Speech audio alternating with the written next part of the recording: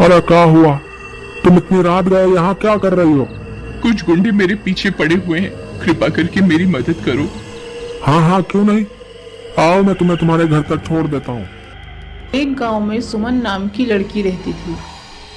एक दिन वहां किसी काम के लिए बाहर जा रही थी, तभी रास्ते में उसे कुछ मनचले छेड़ने लगते हैं। अरे कहाँ चली मेरी अनारकली, जरा सुन तो सही। उनको देखकर सुमन घबरा कर भागने लगती है।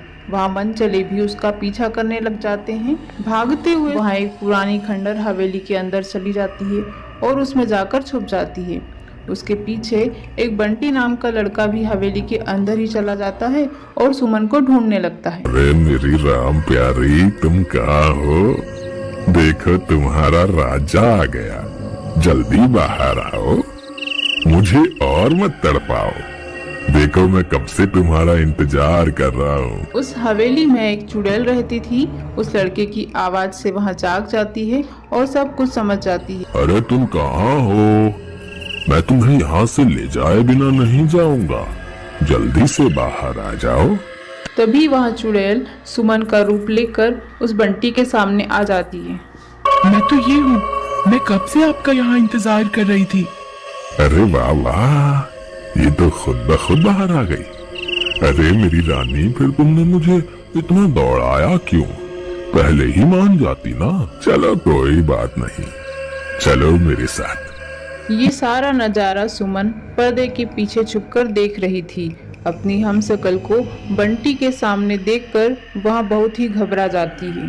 हे भगवान, ये तो मैं ही हूँ, ये तो हूबहू मेरी जैसी है। ये कौन है? कहीं ये वही हवेली की चुड़ैल तो नहीं? तभी सुमन हवेली के पीछे के दरवाजे से बाहर भाग जाती है। बंटी का दोस्त हवेली के बाहर ही खड़ा था। वह सुमन को भागता हुआ देख लेता है। लड़की वहीं रुक जा, आज तू बचकर कहीं नहीं जा सकती। उसी रास्ते पर गांव का एक बूढ़ा आदमी निकलकर जा रहा था। वह सुमन को देखकर रुक जाता है। अरे क्या हुआ? तुम इतनी रात गए यहाँ क्या कर रही हो? कुछ गुंडे मेरे पीछे पड़े हुए हैं, कृपा करके मेरी मदद करो। हाँ हाँ, क्यों नहीं, आओ मैं तुम्हें तुम्हारे घर तक छोड़ देता हूँ। सुमन उसके साथ चली जाती है। अरे यार, ये गांव वाला यहाँ कहाँ से आ गया? आज का शिकार तो हाथ से निकल गया। फिर ललन वापस हवेली की तरफ लौट जाता है। वहां जाकर देखता है तो उसकी आंखें फटी की फटी रह जाती हैं। उसे सुमन बंटी के साथ दिखाई देती है। ये यहाँ कैसे आ गई? देखो ललन भाई, मैं तुम्हारी भाभी को लेकर आया हूँ। तभी ललन की नजर उस लड़की के पैरों पर पड़ती है। उसे देखकर वह बहुत ही डर जाता है। फिर बंटी बोलता है, चलो अभी चलते हैं। फिर वे तीनों गांव की तरफ चल देते हैं। देखो मेरी रानी, हम घर पहुंच गए। चलो लल्लन भाई, अब तुम्हारा काम खत्म, अब तुम घर जाओ। चलो प्रियतम, घर के अंदर चलो ना। इतना बोलकर बंटी उस चुड़ैल के साथ घर के अंदर चला जाता है। ये बेवकूफ जिसे सुमन समझ रहा है, वो कोई आम लड़की नहीं है, वो एक चुड़ैल है। अब ये बात मैं इससे कैसे समझाऊं? तभी ललन बंटी को आवाज लगाकर उसे बुलाता है। भाई इधर आओ, मेरी बात सुनो। तुम जिस लड़की को सुमन समझ रहे हो, वो एक चुड़ैल है। अरे चल भाग यहाँ से, मुझे पता है तुझे मुझसे जलन हो रही है। मुझे लड़की मिल गई और तू खाली हाथ रह गया, इसीलिए ये अनाप शनाप बातें कर रहा है। चल भाग यहाँ से।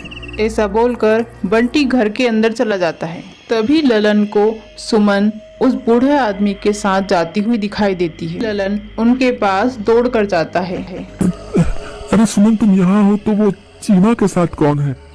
वह कोई मेरी हमशक्ल नहीं है, वह हवेली की चुड़ैल है जिसने मेरा रूप धारण किया हुआ है। सुमन मेरी मदद करो। ठीक है, तुमने मेरे साथ गलत करने की कोशिश की, फिर भी मैं तुम्हारी मदद जरूर करूंगी। फिर वहाँ सुमन को लेकर बंटी के घर पहुँच जाता है और उसे आवाज लगाकर बाहर बुलाता है। यार ये लल्लन भी ना, इसने तो परेशान करके रख दिया है। मेरी राम प्यारी, तुम यहीं रुको, मैं अभी आता हूँ। अरे क्या हुआ कमबख्त, क्यों परेशान कर रहा है? तुझे मुझ पर यकीन नहीं था ना? ये देख, ये रही असली सुमन। भाई वो हवेली की चुड़ैल है जिसे तुम अपने साथ ले आए हो। अरे मर गया रे, अब मैं क्या करूं? मुझे यहाँ से बाहर निकालो, नहीं तो ये चुड़ैल मुझे जिंदा नहीं छोड़ेगी। चुड़ैल से बचने की शक्ति हम इंसानों में नहीं है। तुम्हें सिर्फ बजरंग बली ही बचा सकते हैं। फिर दोनों दोस्त मिलकर बजरंगबली की मूर्ति को उठाकर ले जाते हैं और चुड़ैल के सामने रख देते हैं, जिसके प्रभाव से वह चुड़ैल जलने लग जाती है और वहीं पर भस्म हो जाती है।